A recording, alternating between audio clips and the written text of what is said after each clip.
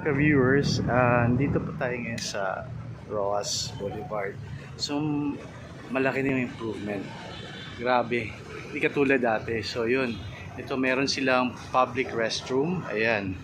And then, we're going to... Ito po yung dating yung sa gilid lang, yung may dagat, tas mabaho, maraming basura.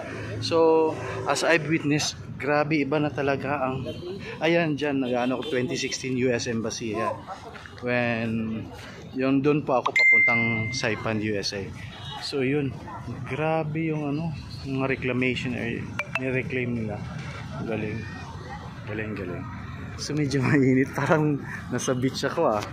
Ayun, as you can see. Galing pa ako ng agency. Malapit lang kasi dito agency. So yun.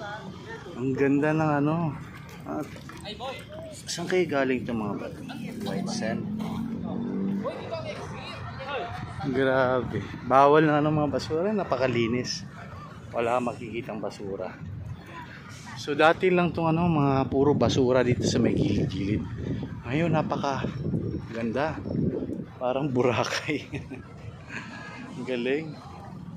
Wala na yung mabaho na mga tubig. Yung mga corals. Ayan. Galing. Totoo nga. Ayan, as I've witnessed.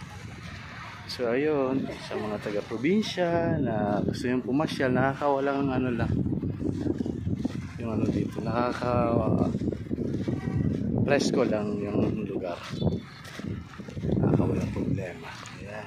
Din sa kabila parang gagawin nilang para yung sa airport ng Bulacan, ilalagyan nila ng yun, nire-reclaim nila.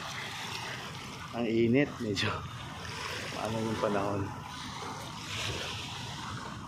Guys, napakalinis na. Grabe, ang linaw ng tubig. Kalain mo yung mga basura, ang babaw, papangi ngayon. Super linis na.